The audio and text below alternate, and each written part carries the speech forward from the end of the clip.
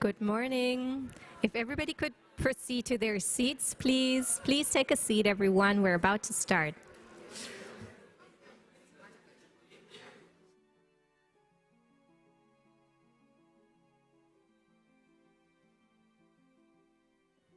And there is no microphone on the portable microphones.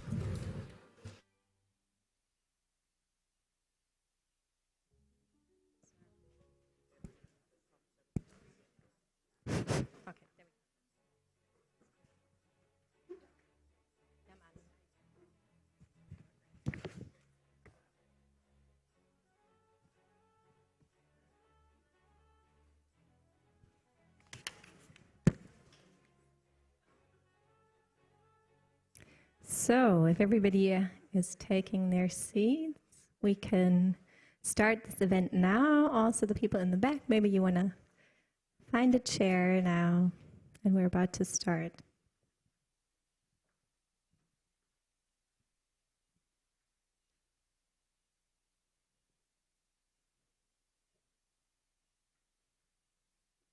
If the sound and visual staff could give me a sign when we're live, and we could start. Excellencies, dear audience, distinguished panelists. My name is Monika Remé. I'm honored to be your moderator today, and it's my utmost pleasure to welcome you to this CSW 67 side event by the German government. We'll be talking about inclusive algorithms and artificial intelligence, gender equality in the digital age. I will give you a quick information on the translation first before we start with this event. The people in the room will have found receivers on their chairs. If you want to listen to this event in German only, please choose channel 1 for German only. If you want to listen to this event in English only, it will be channel 3. And for everybody listening and joining in online, it will be in German and English for you. Thank you. So with this event today, we want to contribute to understanding why and how AI facilitates discrimination happens, how this could be changed, and who could do that, but also how this technology can be used to foster gender equality. To this end, we will be hearing an opening statement on gender equality in the digital age by the German Parliamentary State Secretary at the Ministry for Family Affairs, Senior Citizens, Women and Youth, Ekin Deligus. We're very pleased to have you here today. A keynote on automating visual gender-based discrimination by the acclaimed journalism professor Hilke Schellmann, who's going to join us in a minute. A panel discussion with outstanding experts of the field, who will introduce to you after the keynote, and a Q&A session with all of you here in the room.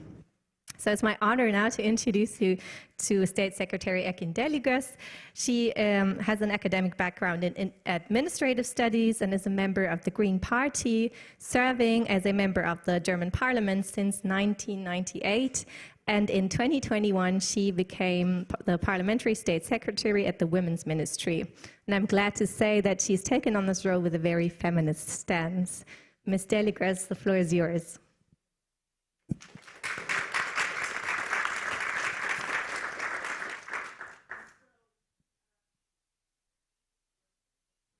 Now it's working. Well. Professor Schellmann, Ms. Baroletti, Ms. Wassermann, distinguished guests, you all, a warm welcome. I'm not Lisa Paus, as you can see. Lisa is in the plane. She got stuck in London yesterday, and she had, I hope so, a good day in London, but we're expecting her today, and I will be pleased to have you here because it's really great to see you all here and to be here, to be a part of the community, fighting for women's rights, fighting for humans' rights. And a warm welcome to our side event. I'm delighted to see so many of you in the German house, and I know that a lot of people talked to me yesterday that they would like to have come, but there are so many other side events that they couldn't, but all of them are expecting that they get a kind of, I don't know how, resolutions from this meeting. We're going to work on that, but I can tell you it's not only the people here in New York which are watching us, there are also some of them sitting in Berlin and in Germany, so I'm delighted to welcome them all in a digital way also on this session. Yesterday, we all started the 67th session of the UN Commission on the Status of Women. It's the second largest event in UN after General Assembly.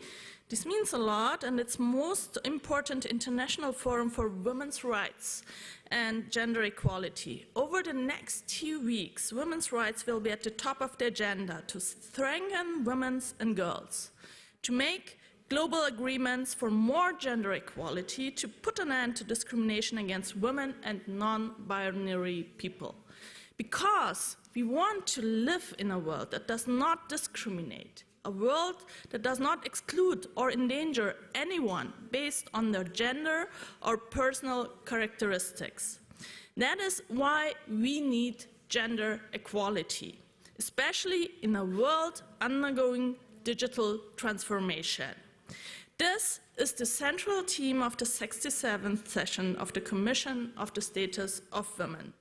In this part, I also would like to welcome the parliamentarians from Germany. We are a free delegation. I'm the one representing the ministry, but there is also a second delegation with NGOs from Germany. A warm welcome to you. Maybe you could just stand up and that everybody can see how many of you are here.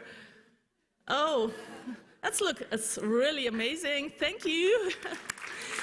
And there is another delegation with the German parliamentarians, and the same again. Maybe the parliamentarians just could stand up and show them.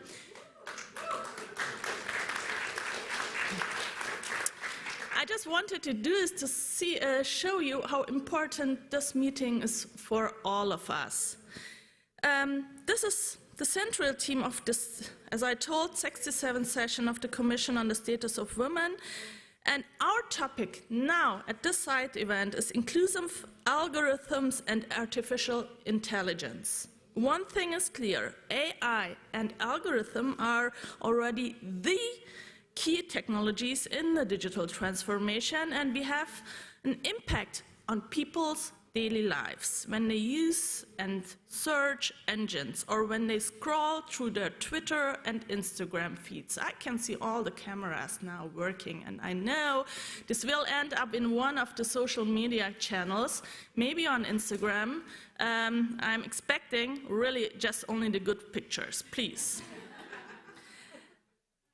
So, or to go on, when we apply on a job in a small or a big company, digital transformation advances and AI increasingly enters our everyday lives, and we clearly realize digital technology is not neutral.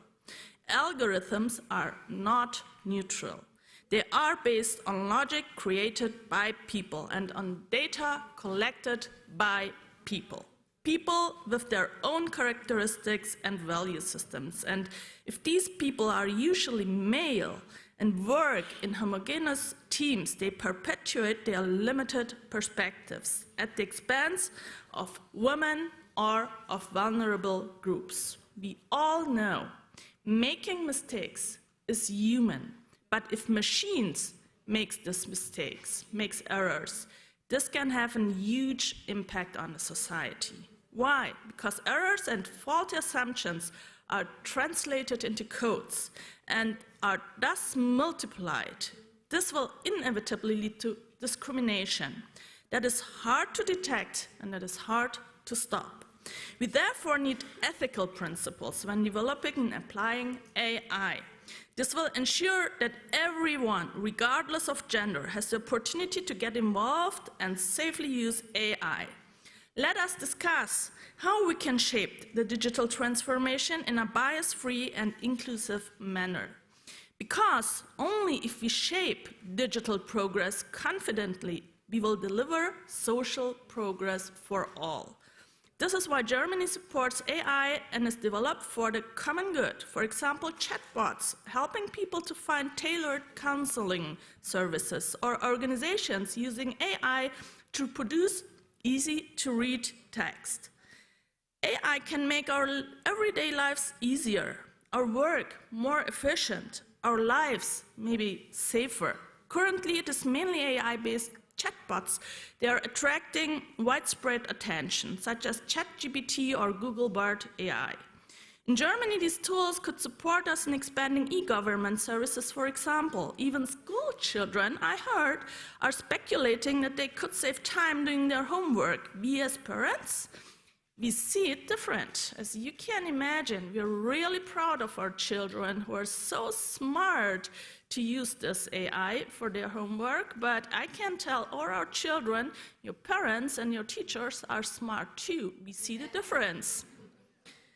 But there are also reservations when it comes to copyright protection, data protection, traceability of results, and the potential of discriminate against groups of people.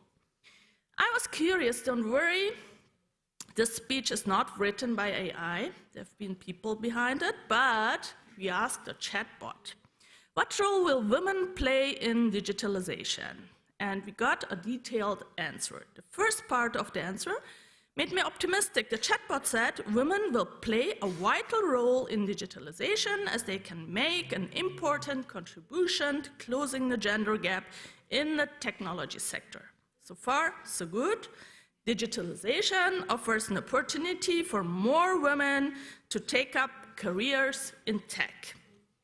The chatbot went on. It explained to me that the gender gap in the tech industry was still wide and women underrepresented in this field in many countries. That is true, also in Germany. The number of people working in the tech industry is increasing, but the share of women remains low, only 17%. Women and girls are also at a structural disadvantage when it comes to accessing digital devices. In many countries, they can hardly use the internet, a laptop, or a smartphone. As a result, they are unable to expand their digital learning by doing. We are facing a digital gender gap worldwide. It is high time that we close this. The chatbot went on to tell me that after all, women could equally be drivers of digitalization. That is why it was important to support women in these fields, to provide them with access to training and further education. I say here we must go further. We must start earlier. We must start where the foundations are laid, with the girls in the kindergartens, in the centers, in the schools. We want girls to build trust in their digital skills, just like boys. We want to develop curiosity in dealing with technology and algorithms. We want young women to study STEM subjects and pursue a career in STEM, just like men. And they can drive and shape the digital world, and we should support them as best and as early as we can. Distinguished guests, I would like to come back to my question to the beginning. What role will women play in the digital world? The chatbot replied the following. As digitalization advances, skills such as empathy, creativity, and interpersonal communication are becoming increasingly important in the tech industry. Women have exactly these skills. And of quote, here they are again, cliches of existing bias. So women are more often empathetic, creative, and are good at communicating with others. Are women more human? Are women suited to making AI more empathetic? Are we something like the practical add-on that makes the language assistant more compassionate? Aren't these attributions the very problem we are talking about? Attributions that increase inequalities. One thing is clear. In the digital age, We need the perspectives of people in all their diversity. The AI will work for the benefit of all. Then it will be fair and equitable to all. But please, without any bias and any attributions. Ladies and gentlemen, dear guests, we know digital transformation offers huge opportunities for girls and women. Whether they code for fun, use digital solution, establish their own startup, sending really nice pictures of me to the internet, please, as I told you. But gender relations in digital life are just as unequal as the society as a whole. That is why we need gender equality, both on and offline. We must shape digitalization confidently, based on feminist values. In doing so, we ensure that, to quote the chatbot, everyone can profit from the benefits of the digital revolution. I look forward for the discussion. Thank you very much.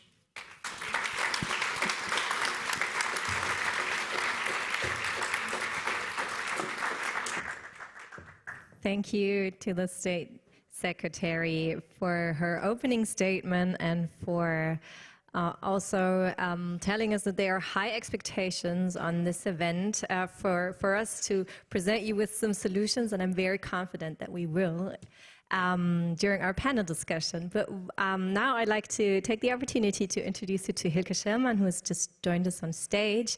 She is a journalism professor at NYU and an Emmy Award-winning filmmaker. She worked as a multimedia journalist and reporter for major news companies, and her stories have been published in the Wall Street Journal, the New York Times, MIT Technology Review, Time Magazine, The Atlantic, The Guardian, and so many others. With her reporting, she contributes greatly to holding tech and AI companies accountable, and we are looking forward to hearing her keynote on automating visual gender-based discrimination now. If you want to proceed to the speaker desk, please.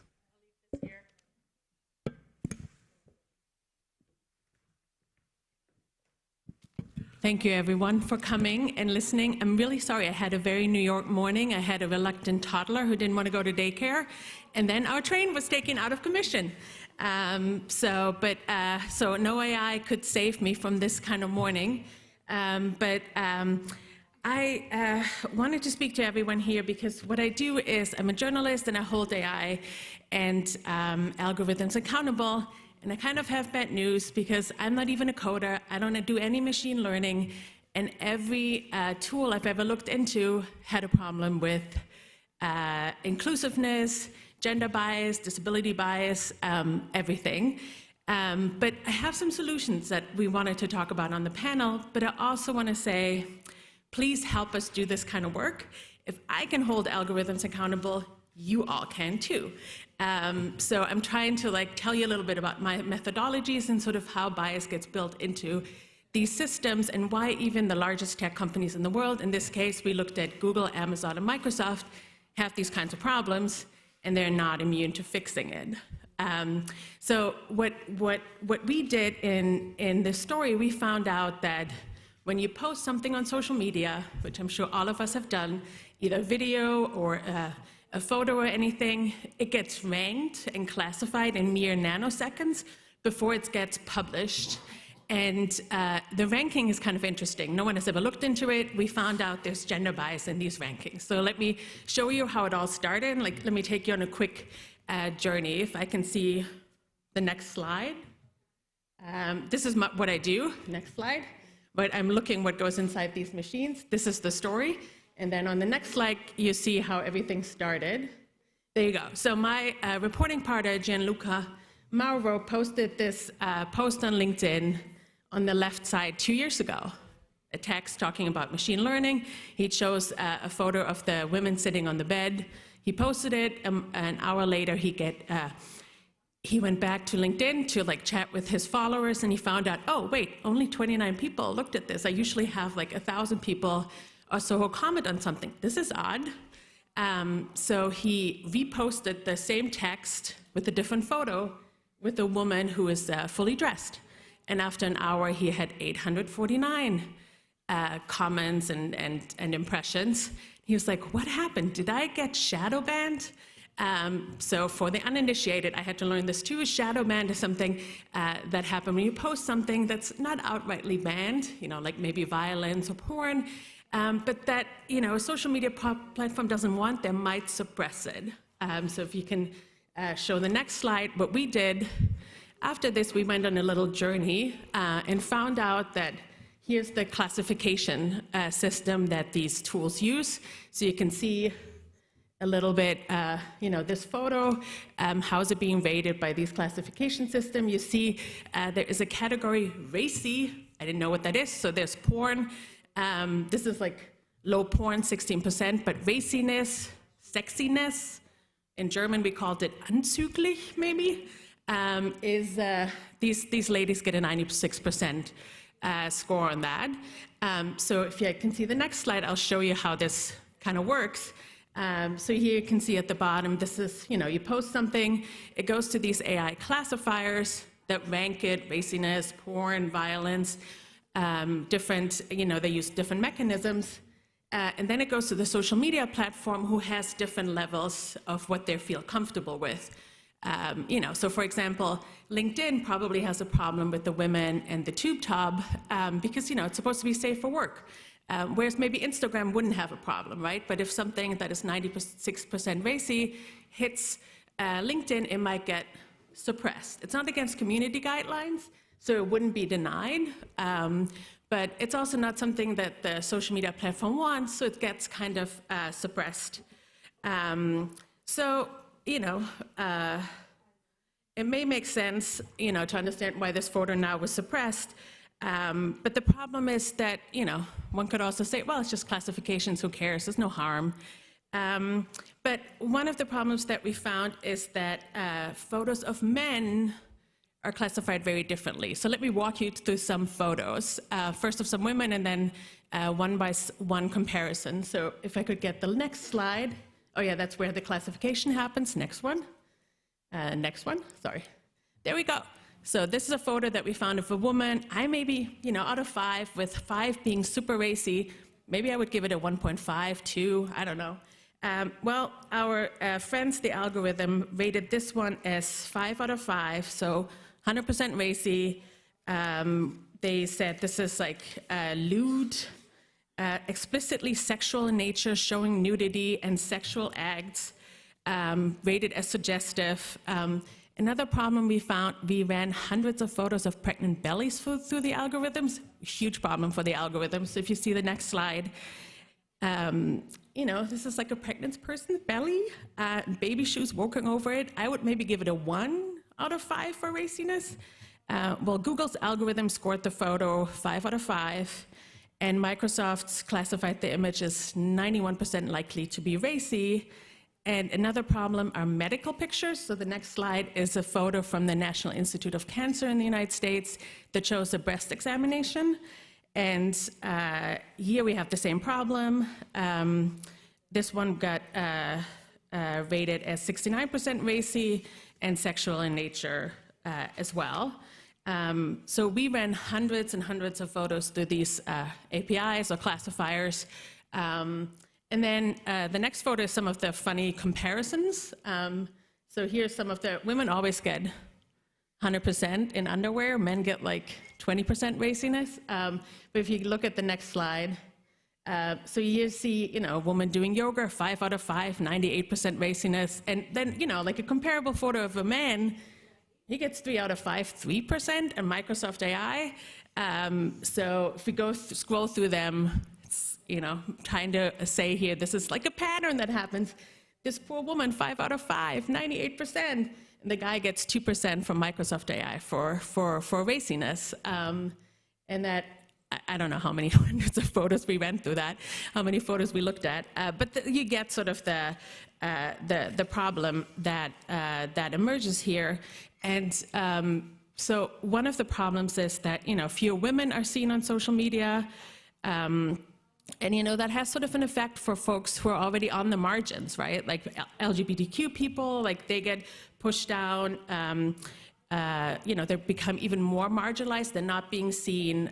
Maybe sort of folks over time learn that women need to be more fully dressed and they're not allowed to be in athletic clothing if they want to post on the internet or actually want to be seen. And so, there's obviously also an educational component. People try to, doctors and others try to tell women how to do breast examinations. All that kind of content gets suppressed and maybe not be seen. And also, it harms actual business owners.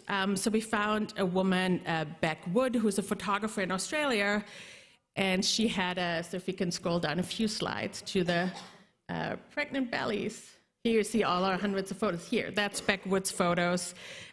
So she actually started to photograph women trying to push back against societal pressures. Many women feel after having a kid that they supposed to look like supermodels. And she said, I was not having that for my daughter. Women should be expressing themselves and celebrating themselves and being seen in all these different shapes and sizes. I just think that's so important for humanity to move forward. Well, her work also hit the AI and the algorithms, and her business is 100% dependent on Instagram, right? She posts her photos there, that's how people see her, and she has gotten banned so many times, and she's like terrified, like, what if I upload the wrong image? Are they gonna ban me forever? Am I gonna lose my business? She also had to start, and she was really sad about it. She was like, I kind of had to censor myself. And the women I photograph and tell them, can you hold your arms over your breasts so, our photo doesn't get banned of you on social media. And she said that she finds this incredibly offensive to art and to women. And she feels like, I'm sort of perpetuating the same cycle that I'm trying to break because I hit these AI classifiers. So I want to talk a little bit about going deep into why this might be the case, that we see these different classification. It's probably something that the software, quote unquote, learned. So these are deep neural networks. You don't even need to know what that means. It just means that we feed the algorithms training data and it learns itself. So what probably happened is that these thousands of photos that were pushed into the model were probably labeled by straight, predominantly straight men who think that women working out in yoga clothes are racy and men are not. And it might also be that, they were labeled in parts of the world where maybe women in yoga outfits are seen as racy and sexual and porn. And so all of these labeled data gets fed into the model, and the classification learns. What's also interesting, obviously, raciness is like a social construct, right? Like my definition of raciness, probably very different from yours. All kinds of people have all kinds of different levels of raciness. So it's like, just kind of an interesting thing that we try to, data size that, putting it into a number, a score. So I think that's another problem, right? It's not that the computer learns, oh, this is a monitor, or this is a table, a physical object. It's sort of like, what does raciness mean? But what was interesting, we presented all our research to one of the experts, Margaret Mitchell. She's former Google ethics AI, was publicly fired with Timnit Gebru a couple years ago. And she sort of confirmed, yeah, this is all a problem. And she actually did push us a little bit and was like, well, so there's a gender bias, but what does the algorithms actually predict upon? Like, what are they finding in these photos that they give the raciness scoring to? Like, I don't know. She's like, well, why don't you poke the bear a little bit and poke the algorithms? So we did some more tests. We wrote a beautiful methodology. So we found out that even, we took all kinds of photos in our apartments, and it turns out that a photo of me just in my underwear gets, a certain raciness score, but if there's a shadow next to me, the raciness score changes. We also put colors on the photos, that changes the raciness score. If we crop a photo, changes the raciness score. So that means that these algorithms are incredibly brittle, arbitrary. We had a computer scientist who looked at all the research and said, okay, this is doesn't even pass computer science 101. But what really was kind of disturbing was the last GIF I wanted to share.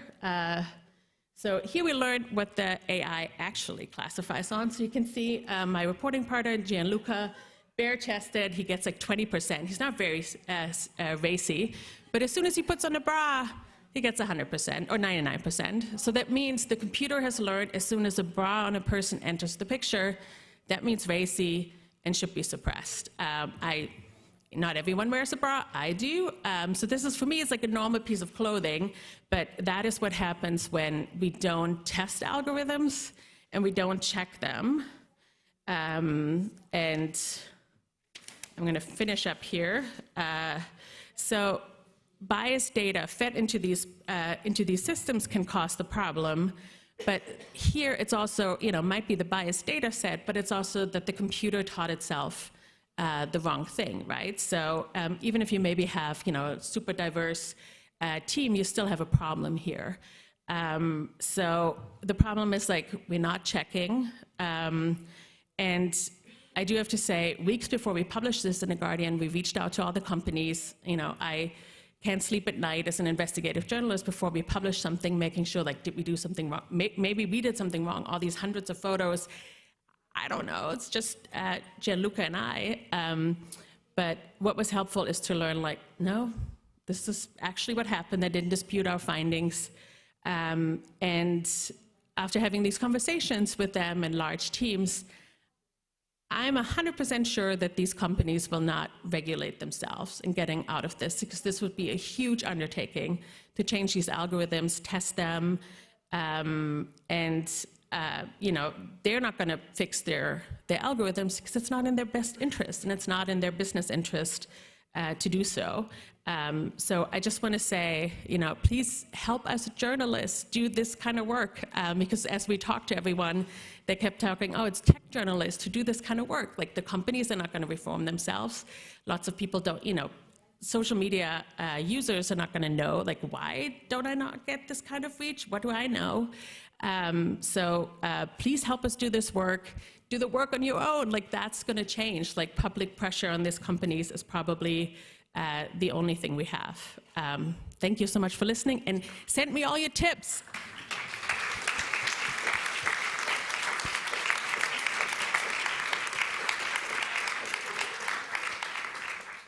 Wow, thank you so much, Hilke, for this very vivid example of how AI works and how discrimination can play out on the internet. And also I'd like to thank you for inviting us into this conversation, even if we don't have a computer science background, because I also don't.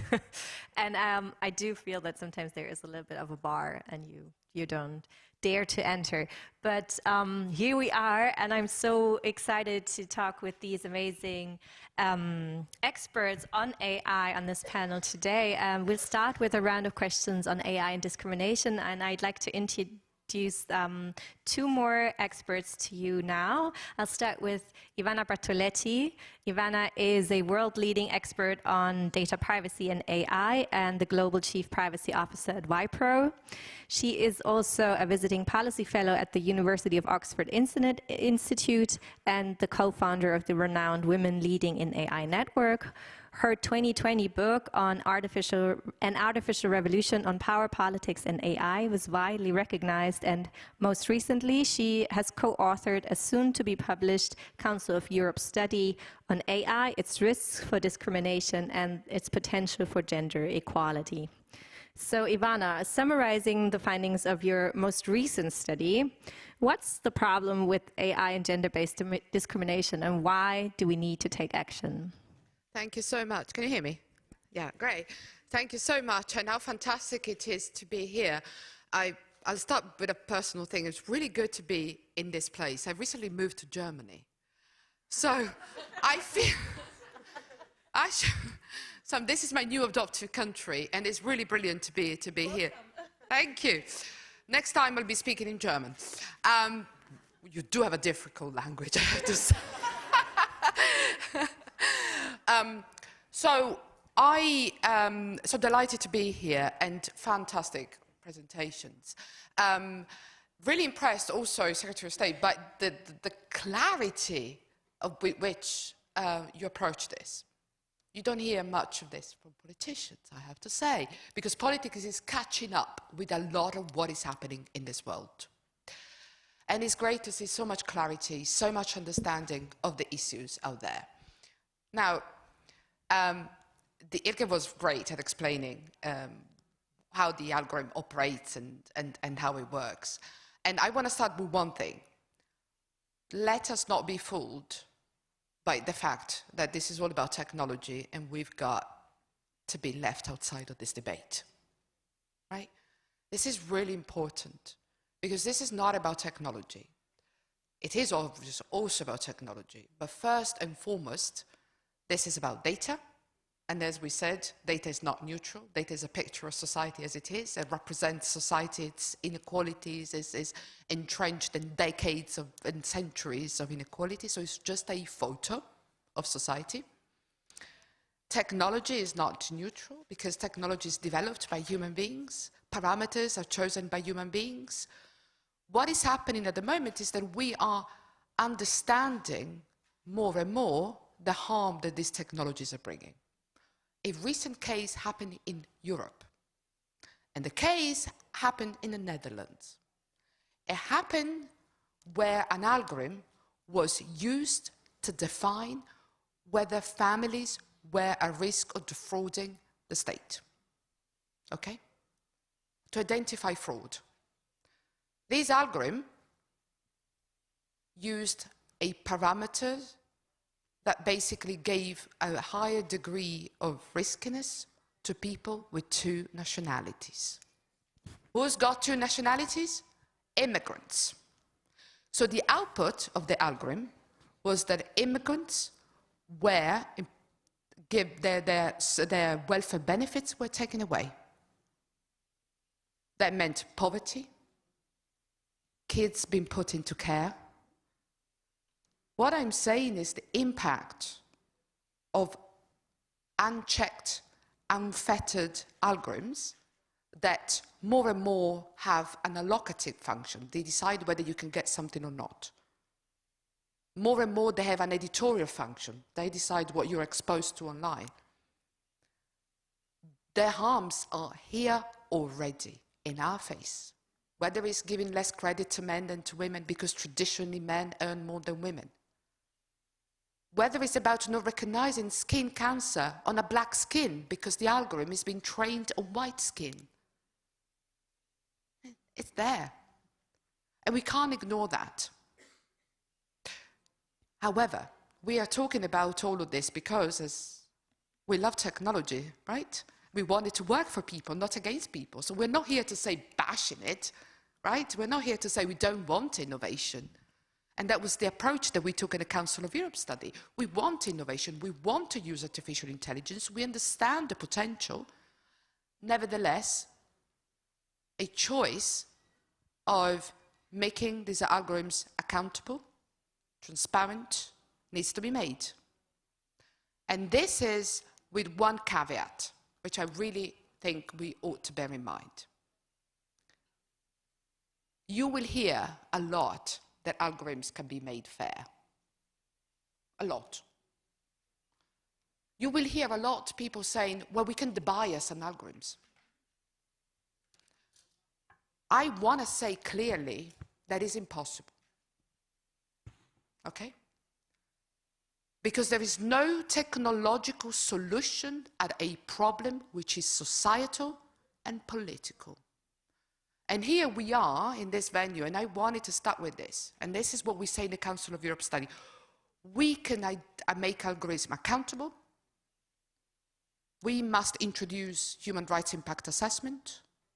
We must change and the burden of the proof from the individual onto the companies. They need to bear the responsibilities for what they're putting out there. We need to find a way for citizens, individuals, to be able to put a complaint and get redress. We must be able to get more diverse workforce. All of this. But we also must understand that there is no technological solutions at a problem that is a problem of our society. What does that mean? That we have to take everything with a pinch of salt. Because if we think that without a conscious political choice, we can debias an algorithm using technology, we're making a mistake. And this is really important because we need to understand that the issue of bias, which is, it's not bias the problem, we're all biased. The problem is when bias becomes stereotypes and then stereotype becomes prejudice. This issue, once it's coded into these machines, what we're ending up doing is we are coding the past into machines making predictions about our future. We are coding the patriarchy. We are coding racism, we are coding, now all this can be changed, but it's not going to be technology alone to change it. It has to be a choice. And this is where politics comes in. Local authorities, there was a case recently in Hessen around the use of artificial intelligence software. The choice has to be political. The choice has to be accountability, frameworks, open up algorithms to auditing and to external scrutiny, redress for individuals, transparency and explainability of algorithms that of course requires new technologies that can be adopted for this. So all this can be done, and it's important that we do so. The European Union is working on the European AI Act, which has got some things that are not particularly good, and I hope we can talk about that. But it's important that in our countries, in our homes, in everywhere we go, we're vigilant. We're vigilant. And we advocate for transparency, for openness, for a participatory approach to the way that we create and develop and monitor these algorithms moving forward. And all of this can be developed to make sure that that artificial intelligence then benefits everyone. Thank you so much, Ivana. Yeah, I think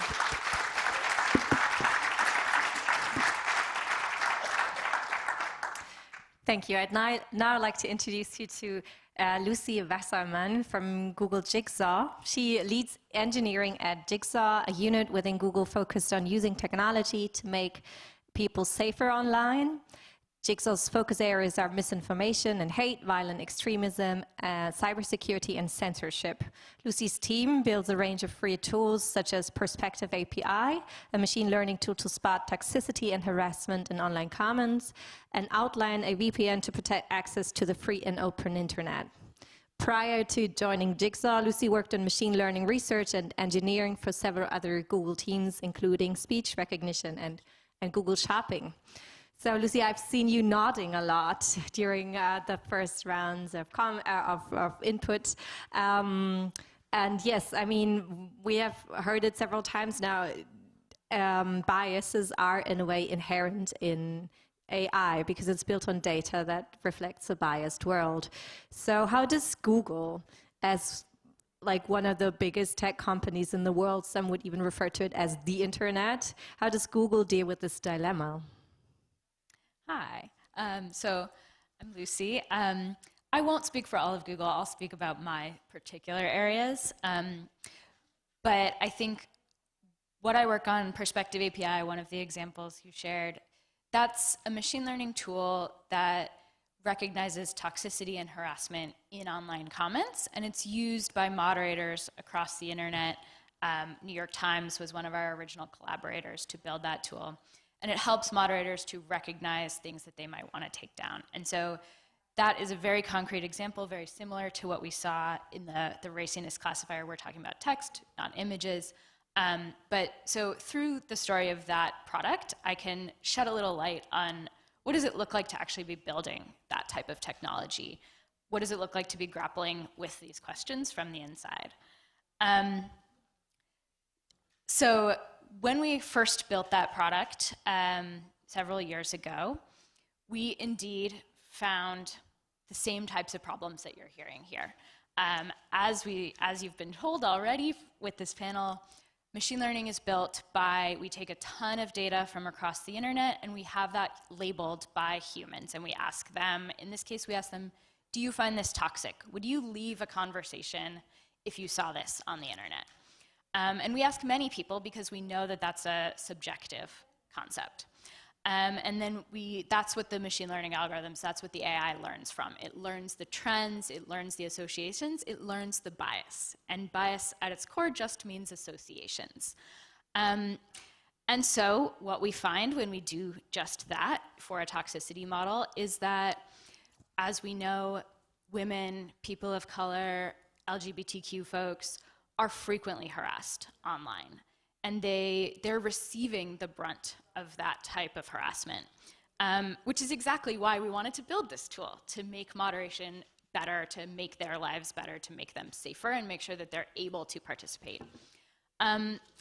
And while the tool does that, we also find that if you build it and just follow the kind of typical steps to build a machine learning model, what you find is that the model believes words like gay or feminist are offensive, toxic words because they are so often used that way.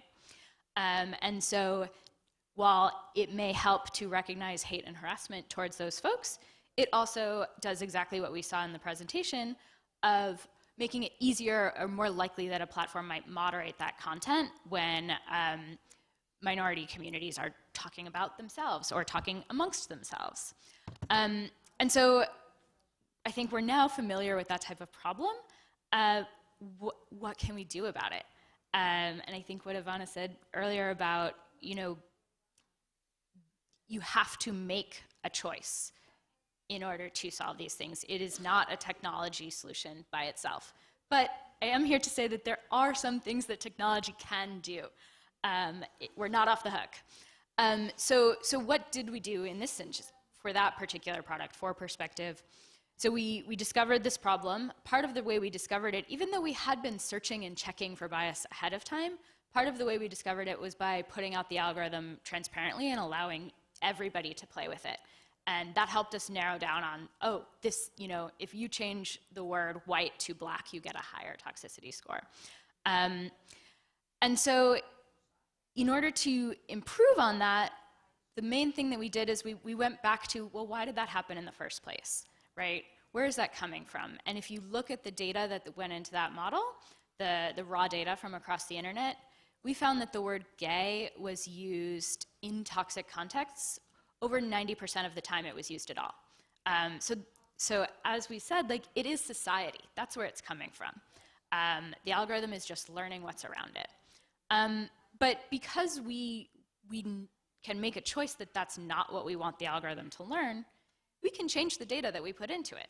And so we purposefully went out and sought additional data where folks were using these identity terms in healthy, positive contexts, and made sure to balance the data that went into the model so that the model had the opportunity to learn, here's how a word like gay can be used in an offensive context, and here's how it looks when it's in a non-offensive context.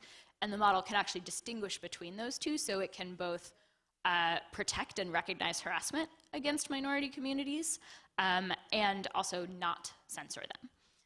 I'll stop there. Wow, that's been very, very interesting insight into actually modeling inclusive AI. Thank you so much. So we've heard about different ways that AI is being used, and also being used in a positive or in a discriminatory way. We've talked about image-based AI. We've talked about AI decisions on social welfare, AI decisions on comments, and one important example where AI is also used is recruitment processes. And I would like to turn to you, Ms. Deligers, now for our second round, starting our second round of questions on national, international regulation to counter AI-based discrimination. So, in this field of recruitment processes, what are political initiatives by your government to limit the negative effects that AI can potentially have, and to make sure that women are treated equally? Thank you very much. I will switch into German, that you can see how beautiful this language is if you want to come to Germany. But I think you may need a device for the translations up here that you can understand what I'm saying. Yes, thank you. Could people in the room help out with this? Thank you so much. Sehr gut. Genau, ich spreche jetzt auf Deutsch weiter, zum einen, weil wir ja nach Deutschland streamen und zum anderen, weil wir hier auch im Deutschen Haus sind und tatsächlich ich vieles auch auf Deutsch vorbereitet habe. Was machen wir in Deutschland? Ich will mal damit anfangen, alle 4 Jahre geben wir einen Gleichstellungsbericht. Einen Gleichstellungsbericht heraus. Das ist so auch am Anfang dieser Wahlperiode geschehen und das Thema war Frauen in der digitalen Welt. Am Ende von diesem Bericht, geschrieben von Aysel Yoldutok, die leider nicht kommen konnte, weil sie gerade ganz frisch Mutter geworden ist, herzliche Grüße an sie übrigens, weil ich weiß, dass sie auch zuschaut, wissen wir, sie hat uns 101 Vorschlag gemacht und diese Vorschläge sind sehr, sehr konkret und aus diesem Bericht wissen wir, was diese künstliche Intelligenz das Leben von Frauen beeinflusst. Da gibt es viele Beispiele. Einige sind ja hier schon auf dem Podium erwähnt worden, die waren auch sehr beeindruckend. Ich will noch eins draufsetzen. Zum Beispiel kommen Frauen in Start-ups nicht an Risikokapital ran, weil sie, wenn sie auf Google oder in anderen Maschinen gesucht werden, runtergeratet werden.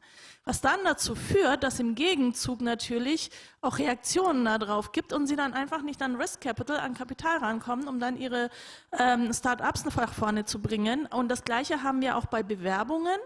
Übrigens, bei Bewerbungen ist es nicht ganz neu. Es gibt eine etwas ältere Studie von der Universität Konstanz, die festgestellt hat, dass bei gleichem Lebenslauf, bei gleichen Noten und ungleichen Zeugnissen Menschen mit einem Migrationshintergrund, also einem anderen Namen, 4 bis 5-mal so viele Bewerbungen schreiben müssen, um eingeladen zu werden, wie bei einem deutschen Namen. Und wenn wir das dann natürlich auf die künstliche Intelligenz übertragen, genauso mit der gleichen Denkweise, dann haben diese Menschen überhaupt keine Chancen mehr.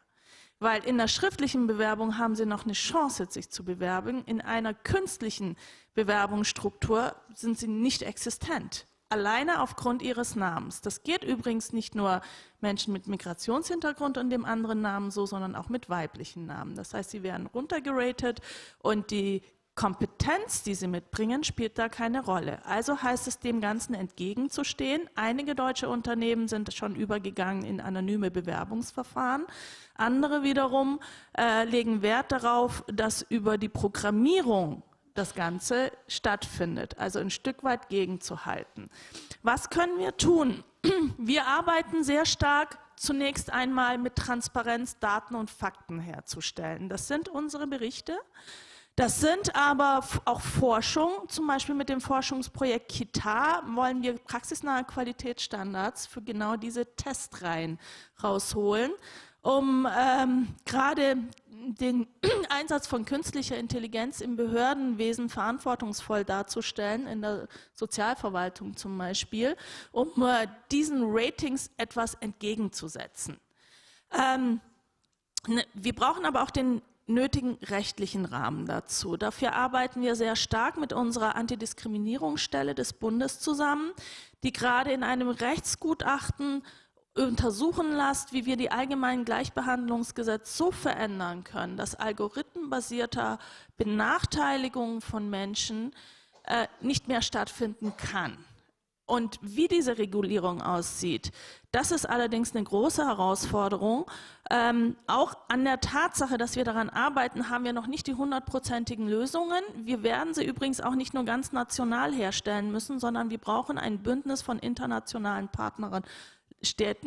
Partnerstaaten auf der europäischen Ebene, aber natürlich nicht nur dort, sondern weltweit, weil das Internet agiert nun mal auch weltweit.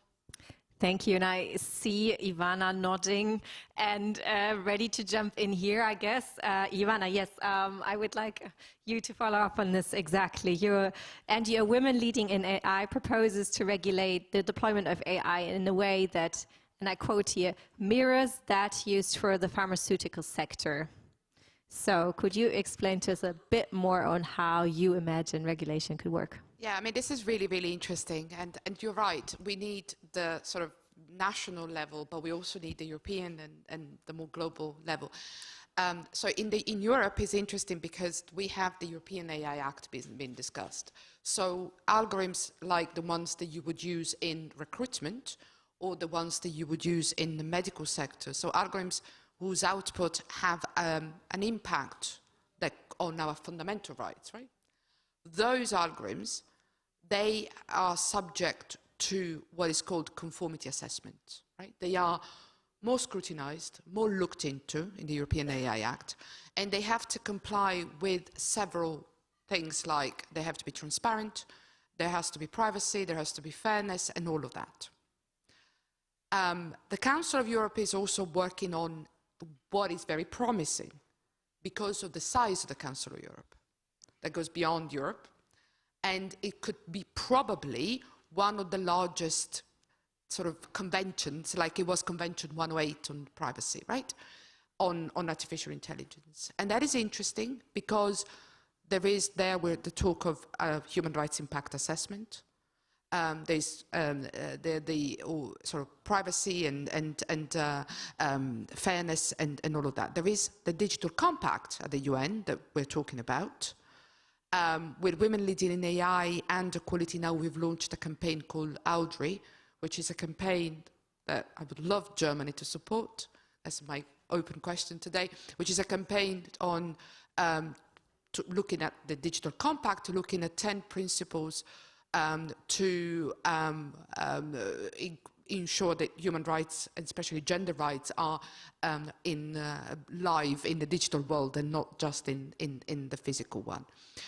There are a couple of things, though, and I would very much like to see countries leading on this. The first issue is redress. What happens when you are a victim of a decision made by an algorithm? Where do you ask for redress? We've got a serious problem here. Second issue, transparency. Transparency is a buzzword. Please be careful with the word transparency. When they say algorithms have to be transparent, transparent to whom? I mean, you would understand an algorithm, right? Most of us wouldn't. So transparency is going to fail the most vulnerable in our society if we place all the onus on the receiving end, the consumer, the citizen, in having to understand an algorithm. It can't be like this. So algorithms that have a negative, potentially have a negative impact on fundamental rights, algorithms that, or AI products that there has to be a clear evaluation before they're put out in the market, especially when it comes to for example, recruitment or healthcare. Now, the question with the European AI Act on conformity assessment is the company is going to do their own conformity assessment. Is that enough for a company to do their own conformity assessment? Or should we have a form of licensing agencies for algorithms, especially when used, for example, in local authorities, especially when used in governments to decide whether somebody has got access to a welfare benefit or not? Should we have a formal licensing whereby all these tools, a little bit like happens in New York City, algorithms used for recruitment, they have to go through an auditing process? I mean, I would love to see Germany leading on this. So can we have this sort of licensing mechanism whereby the state, a local authority, they say, hey, before you use an algorithm for something that is so impactful, you'll have to go through the due diligence, and not just you within the company, but it has to be a public due diligence. The last thing that I wanted to say is discrimination law. Now, discrimination law is not sufficient, okay? And I'm saying this, and we say this in the Council of Europe report very, very firmly, so that's not published, so that's a secret in the era of social media. But the issue with discrimination law is that discrimination law discriminates on the ground of special categories, right? You're discriminated because you're a woman. You're discriminated because you're disabled. You're discriminated because of your religious beliefs. The problem with AI is that it doesn't work like that. You can be discriminated because you visit a website, because that website acts as a proxy for a protected characteristic. do legislation around discrimination law in Germany in safeguard for discrimination happening by proxy? This is the question that countries need to ask themselves. Otherwise, it's not going to be okay.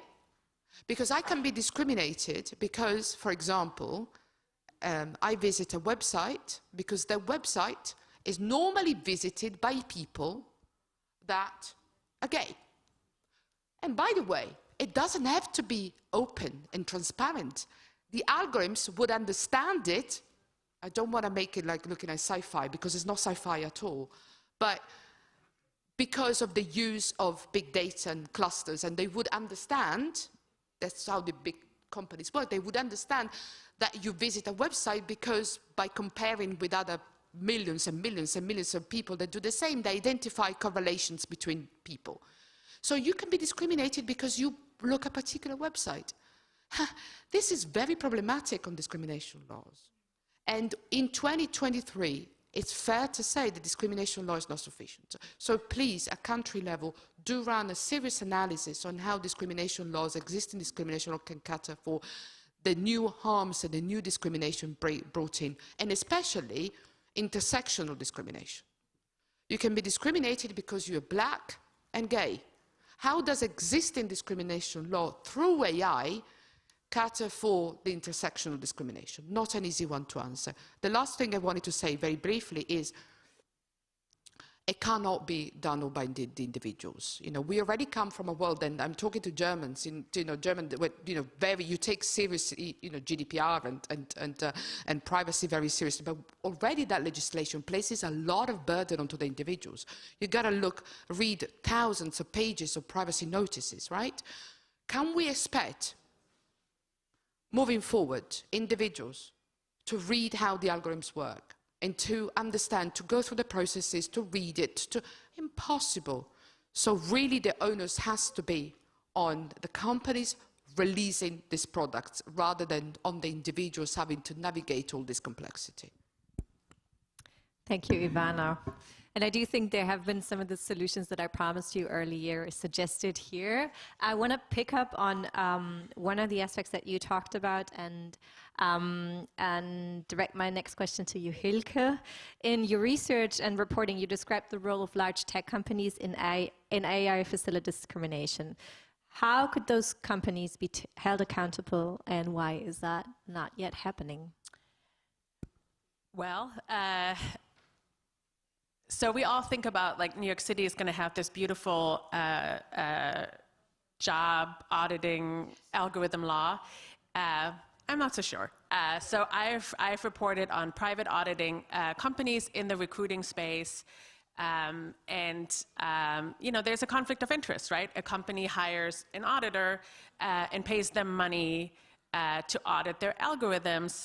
So no CEO I've ever talked to would let their algorithms audited if they didn't know that they would pass the audit. So the question is, like, what kind of standards are we using? Well, there are no standards. Sometimes we have, like, discussion rounds to talk about algorithms. What's really important too is, like, I don't really need access to the algorithm. In fact, it's not going to really tell me anything unless I have the training data that goes into it and all of the assumptions about the training data. And I report a lot on AI in hiring, workplace surveillance, layoffs with algorithms. There's all kinds of stuff happening. In fact, 99% of Fortune 500 companies use AI in recruiting. If you sent your resume on any kind of digital platform, do be sure that your resume is checked by AI. And some companies, in this case, I spoke to somebody who's the former vice president of product at LinkedIn. And so one of the problems that we see in recruiting is, like, names, pronouns, she, he. Those usually get blacked out, but the problem is, like, kind of these proxies that we're talking about. So there's, like, there used to be companies in the US that use zip code to find people, right? Makes sense. Somebody who lives close to our work they're going to be on time more, they're going to stay longer instead of somebody who commutes 2 hours. Well, the problem is in the United States, I'm sure that's very true for other countries too, that goes really close to redlining. You know, we have historical discrimination. People live in different parts of the city, so you might be discriminating African Americans, Hispanic folks. So there is something in the US that I have not seen in any other country. It's called disparate impact. So if you use an assessment, does it have a disparate impact on women versus men, African Americans versus white people, blah, blah, yada, yada, yada. And you can, the problem is we don't have intersectional checking yet. And we don't have enough companies who check for this. But I think that's one way to think about, you know, we have like historical legislation in the US looking at like IQ tests. Should that be used to advance in a company? Well, do you need a higher IQ for this kind of position? Because the problem is IQ tests are very racially discriminatory. They're not neutral. It looks neutral. It looks normal. It looks like, oh yeah, sounds like a good idea. But it really isn't. So I think thinking around those things is like really important, not having any conflict of interests. I'm a big proponent of transparency. I want to know what these companies are checking people on. So I work with folks in Europe who use the GDPR to get their own data, so I can then hold the companies accountable. So that's been really helpful. We hope there will be kind of legislation like that in the US. And I wanted to say, so what they found at LinkedIn is like a couple of things, right? Like behavior, also women are more modest than men in their resumes. So the problem is the resume is not going to know that, you know, you have Python in your resume. Are you really good at this? Or did you have a 1-week class? Or do you have 10 years of that? So the problem is like women are more modest, men, you know, on the whole, not every man on the face of the planet, but, you know, they're a little bit more boisterous. So also, so we see that reflected in resumes, right? The scanner thinks you're less educated, less qualified. Then the other problem that we have is behavior on the site. So, for example, AI is on job platforms is optimized, yes, to find the most qualified person, but actually the most qualified person who is willing to apply. So people like me who might be qualified, I never apply to any recruiters because I actually kind of love my job. I don't want another job. So I wouldn't be on top of a ranking list. So it's also the interactions on the site, and those are gendered as well, that some companies have found out. So the problem is, women, again, less aggressive. Men, very aggressive. So they get rated higher just by our behavior on the site. So the problem is if companies don't actually do anything about it. So some companies have an idea, they try to push against that. We can debate those things, but I've also talked to a lot of companies who say like, we don't have a problem and we don't check. Well, you kind of do have to check. And we need to allow companies to do that kind of checking because we feel kind of iffy a little bit. Should we check for like African Americans or black women or Hispanic men? They feel kind of iffy, but we need to have some sort of at least synthetic data to run this against to understand how do these things work.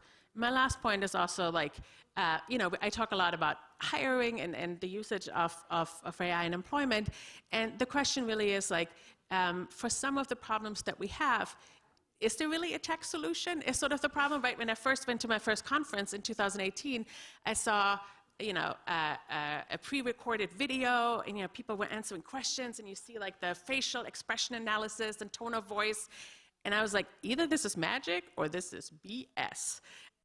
Turns out it's probably more on the BS side. But also the question is like, we as society haven't figured out how to really hire people right. Like, let's have a conversation about that too, because the algorithm is not going to fix that. In fact, it's going to broaden the scope of the problem, like we saw at Amazon, which, you know, downgraded women's resumes, and they actually blacked out the names and they blacked out the pronouns. But it started to look for patterns and found patterns. Women's colleges, women's chess clubs, those people were not successful at Amazon, really, because, you know, there's a lot more men working there. So that's kind of the problem that we're dealing with, and we have to get really, really close. So I work with a lot of like whistleblowers, employment lawyers, but we need a way for those conversations to come into the public, because I know that vendors and companies check the software and then they quietly don't use it. But somehow we need to know, okay, which one works and which one doesn't, so we don't perpetuate this problem and throw in things. And the question is, can we really predict if you're going to leave your job in a year? I don't know. That seems like a prediction that a human can't make, and I don't know why a machine would be able to make that. Thank you. Thank you, Hilke, for all of these very interesting points and turning towards solutions on regulating AI.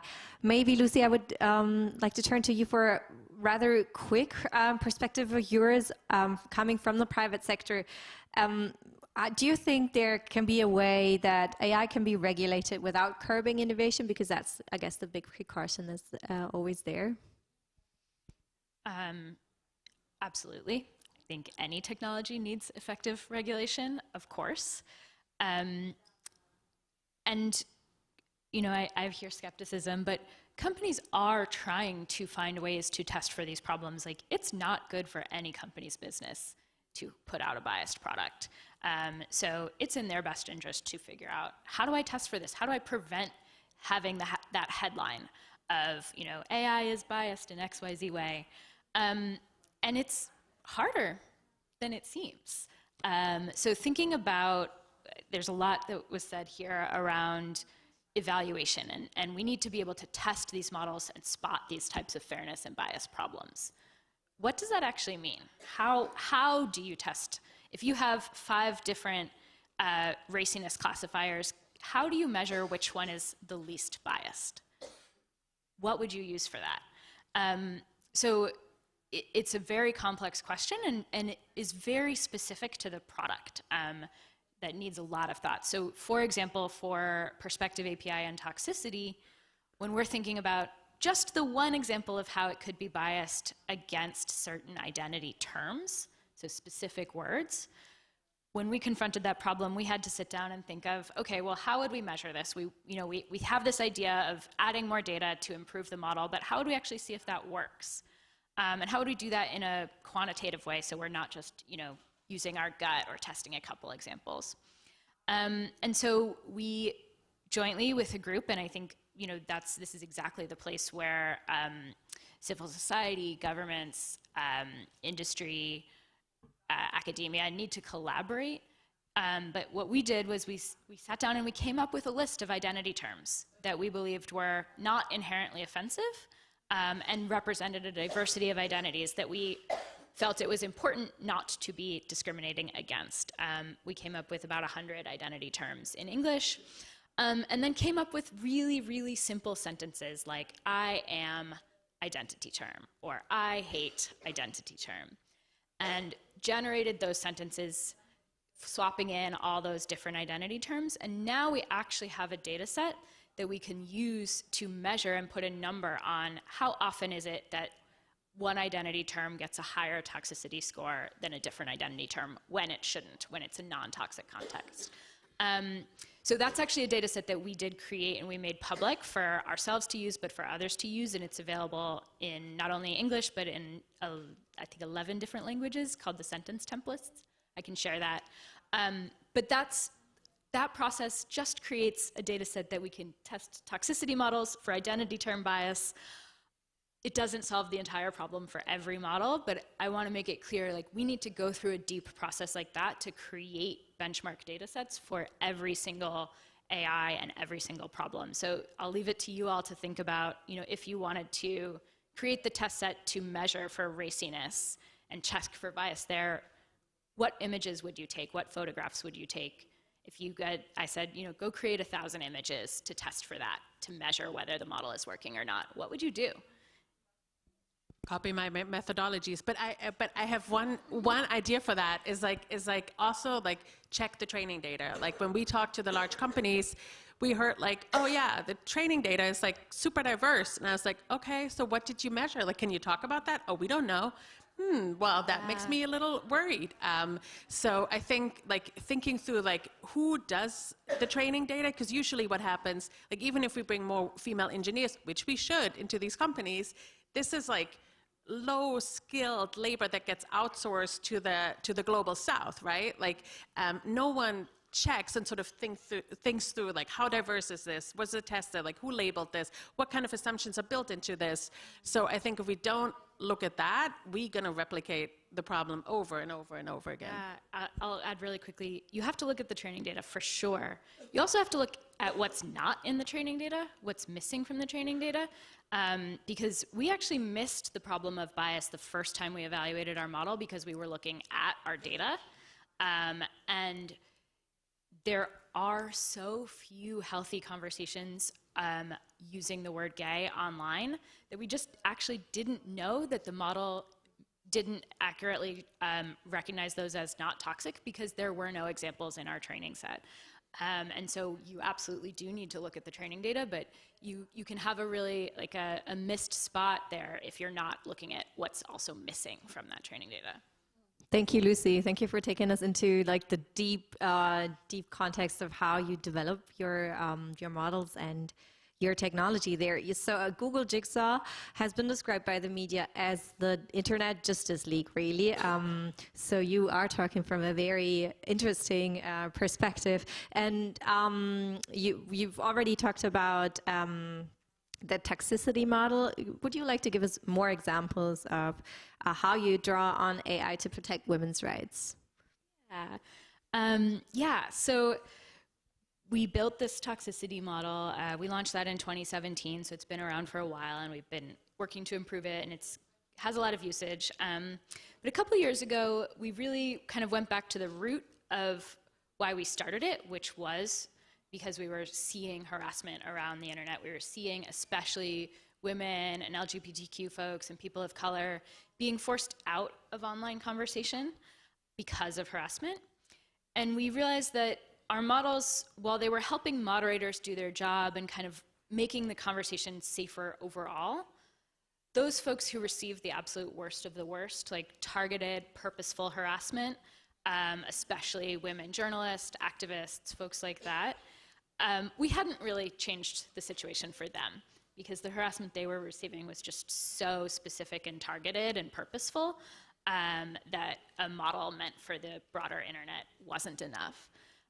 So we met with a lot of those folks. We did kind of a participatory design collaborative experience where we really thought about like what are the problems they're facing and which are the ones that we think we could make a dent on. And we ended up building a tool called Harassment Manager that attempts to solve just one small sliver of the experience. We can't claim to fix the whole thing yet.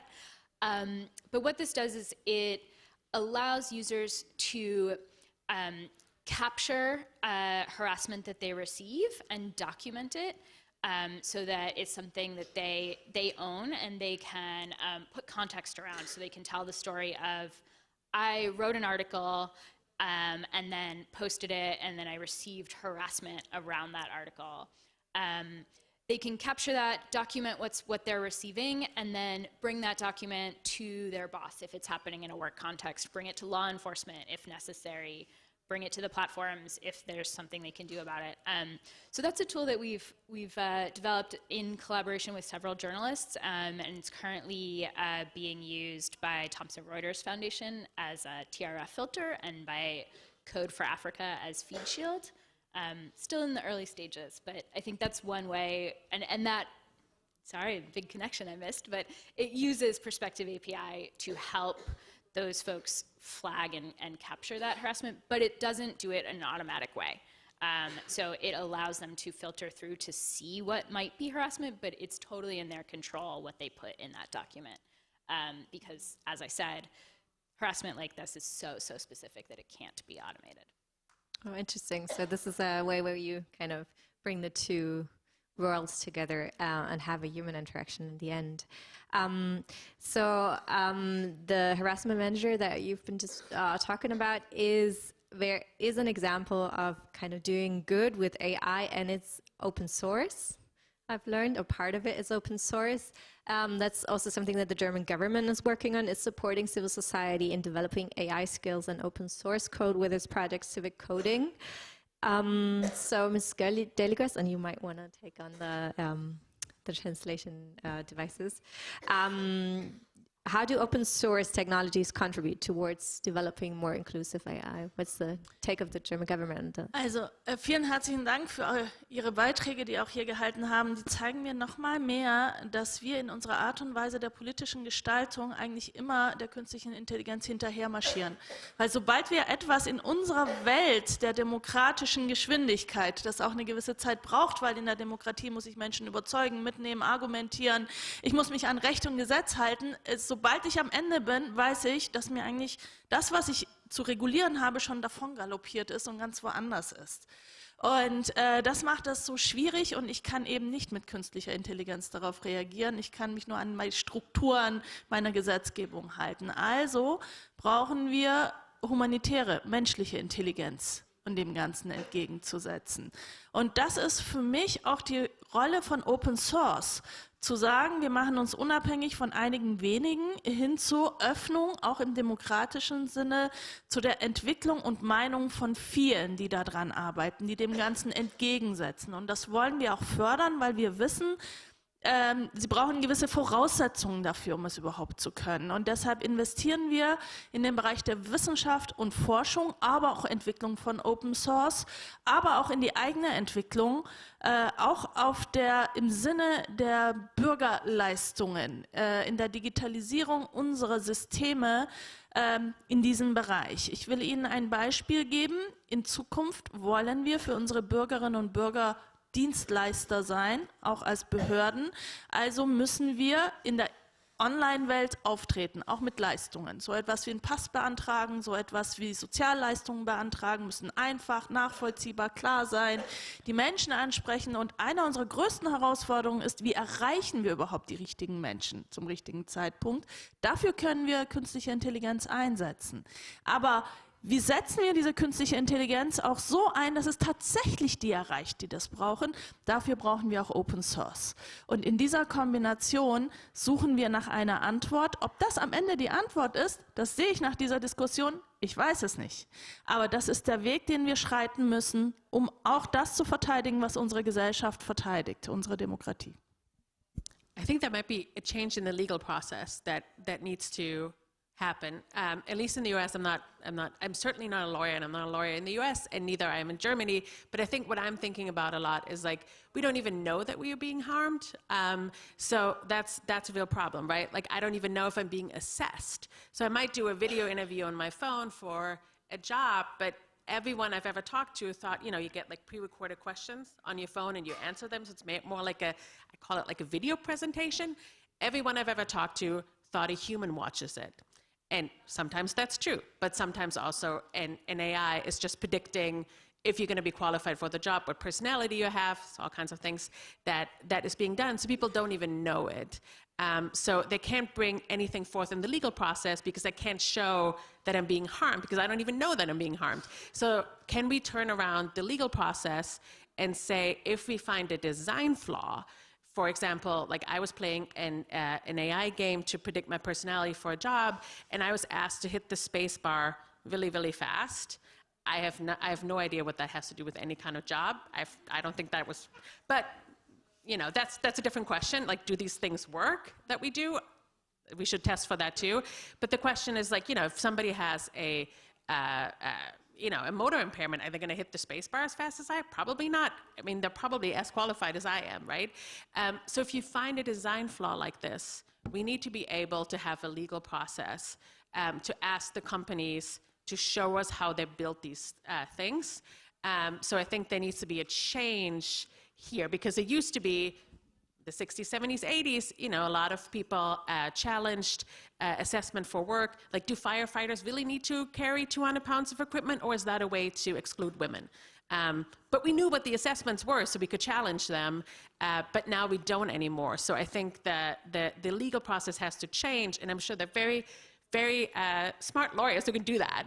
I'm not the one, but I think that's what I'm finding. Thank you so much. And I love that you say I was playing an AI game, because I guess that's actually also an AI program that's being used for important decision making, so not really a game. This is the moment where I feel like I could listen to them for another 2 hours, but I would like to give you the opportunity to ask questions. in the audience. Yeah, there is a hand raised. Is there two already? I think that might be too many.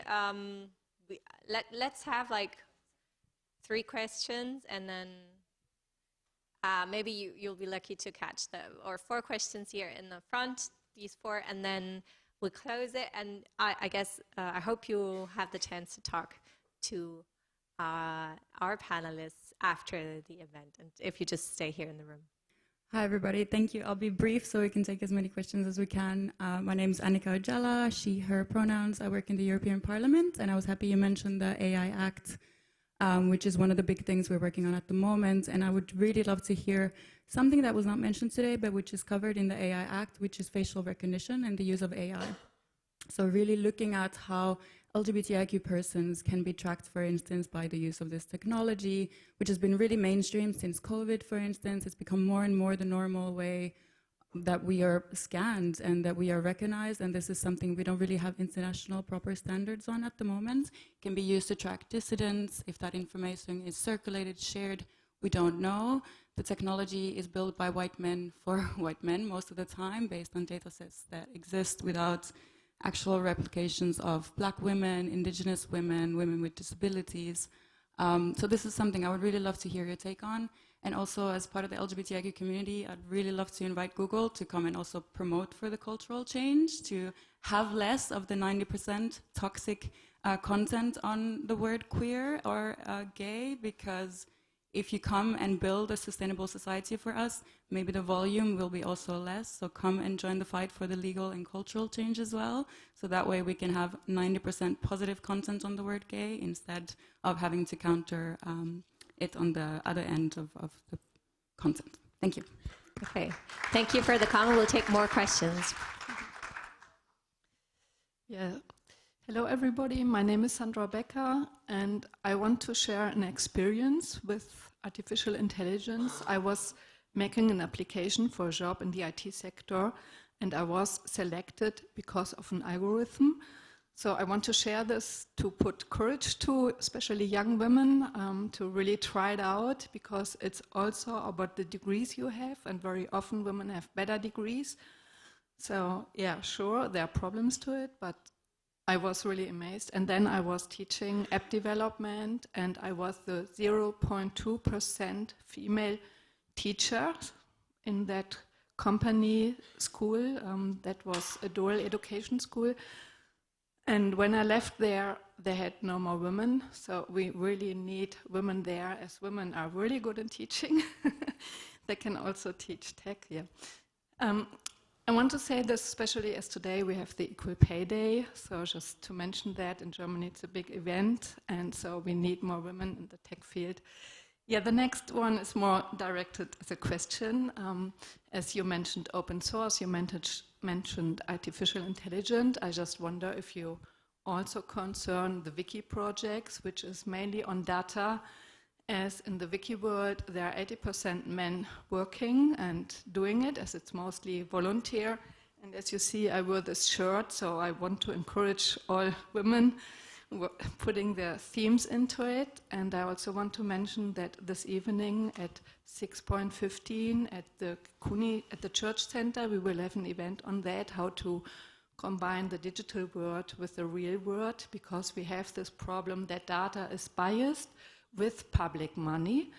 So when it comes to the digitalization, we use the biased knowledge, and we work on that. And so I want to invite everybody as well. Thank you. Thank you, Ms. Becker. So there was a question. If you want to just hand the mic to the lady to the sitting next to you. Thank you. Hi, good morning, everyone.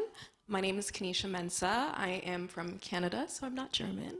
And I just want to say it's a great privilege to be here, as well as this discussion that was talking about artificial intelligence and coding. I had to write this down because the way my mind works. So when we think of like the terms BIPOC or women of color or even LGBTQIA, those are all terms that are not even terms, but letters that are just grouped together. And so it seems as though in the physical and digital experience, that our experiences must be the same. And so what was addressed was kind of talking about intersectionalities, which is, I think, a key focus that should now be integrated into AI and coding. And just as a Black woman, and even one of the most, like just looking around the room, there's not many Black women here, and even people of color or women here. So in saying that, I think that as a Black woman, there's a lot of terms that happen to be very negative that are synonymous with my Black womanhood. And there have been multiple studies that have identified that we are disproportionately affected physically, but also on the digital spectrum. And so it's interesting. So it's kind of exhausting to be challenged or to be asked to test test where on the spectrum, me as a Black woman, what form of raciness I might be on, because I already know that there are studies that have already indicated that I'm disproportionately affected. And in saying that, even if I were to do some form of test in that regard, there's already those studies that would indicate that. So then it's like, if I'm now advocating or saying this, who's then gonna support me? Or support Black women or marginalized women at that. So my question then is, what form of safeguards or even research of harm for specific marginalized groups, so for myself it would be Black women, are there going to be implemented, whether it's in the global north or south, really just ensuring that there's stronger safeguards and stronger AI practices for coding and design implementation? So thank you. Thank you so much for your comments and the question. And I think we close the questions from the audience here. Thank you so much. I think that your question is actually a perfectly leading up to my last question. And I would like to do a quick round. Maybe you can keep her question in mind and answer those two questions together, because I would like to make like a super quick round, maybe just one or two sentences from each of you on what needs to change to have more inclusive, or let's even say less discriminatory applications of AI. One or two sentences. I know it's hard because you're experts and you could talk about this for 1 or 2 days, but who wants to start? Maybe we start with you, State Secretary. An erster Stelle müssen wir Frauen ermutigen, Sachen anzugehen und zu ergreifen. Angefangen bei unseren Jüngsten, bei unseren Kindern, wie ich das in der Rede schon gesagt habe, aber hin zu sehr vielen klugen Frauen in der Start-up-World. Und ein Stück weit müssen wir dem entgegenarbeiten, was offensichtlich nicht gut funktioniert. Wenn die künstliche Intelligenz die Frauen runterratet, wenn es darum geht, Risikokapital zu erreichen, dann müssen wir dem entgegenwirken, indem wir als Gesetzgeber dieses Risikokapital ergeben. Wenn die künstliche Intelligenz dazu führt, dass Mädchen oder überhaupt die digitale Welt, dass Mädchen nicht teilhaben, dann müssen wir dafür sorgen, dass wir daran teilhaben können. Also dem entgegenwirken, was wir beobachten, und da sind wir dann mittendrin hier in New York. Wenn wir nächste Woche hier beschließen, was die Konsequenzen sind, erhoffe ich mir konkrete Vorgaben, mehr als warme Worte und mehr als Problemanalyse. Das haben wir schon, wir brauchen konkrete Antworten, und das ist meine Hoffnung. Thank you. One or two sentences. Thank you. I'm sorry we let you down. I'm sorry we let all these BIPOC people and people who have intersectional identities down, because we know of the problem. You're right. There have been studies and studies and studies.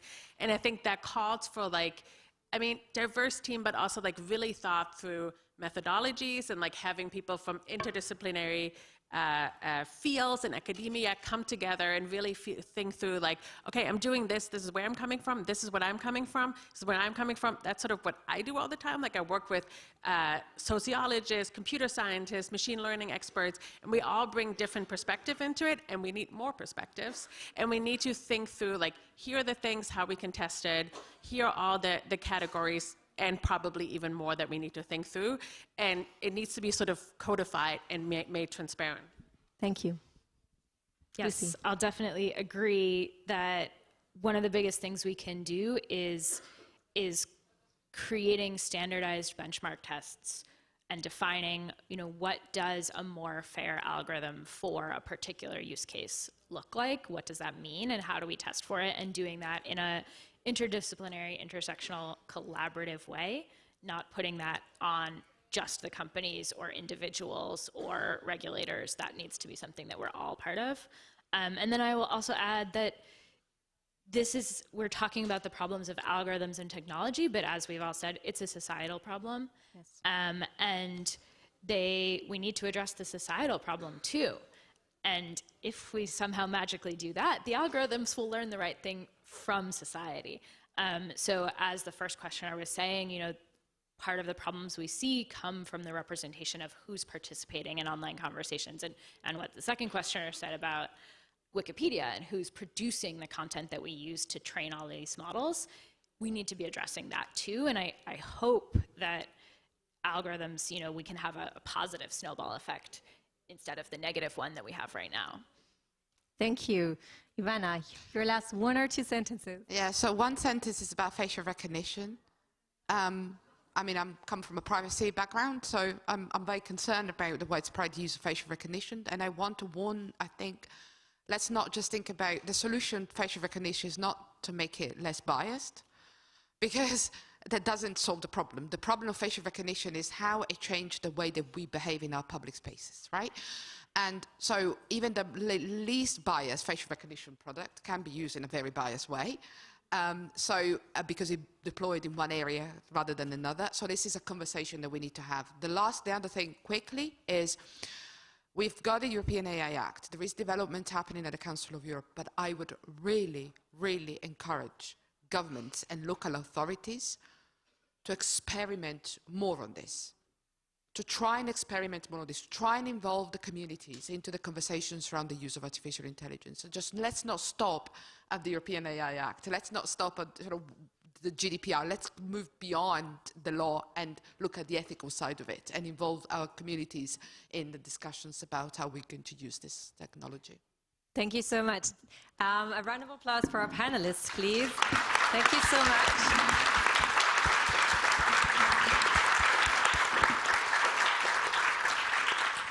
Thank you so much for taking us into the depth and complexity of this issue, but all the time being very inviting to, I felt very invited. I don't know about you, but I felt it was very inviting for all of us to also get into the question, try to understand it, try to tackle it at the political end. And I think this is something that we're going to do together at CSW 67 as well.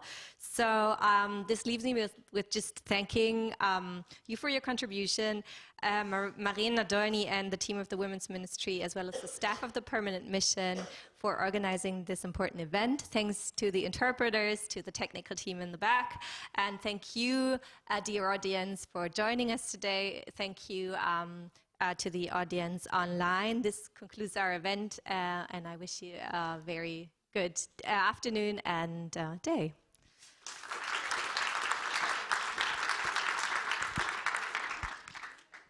And for everyone in the room,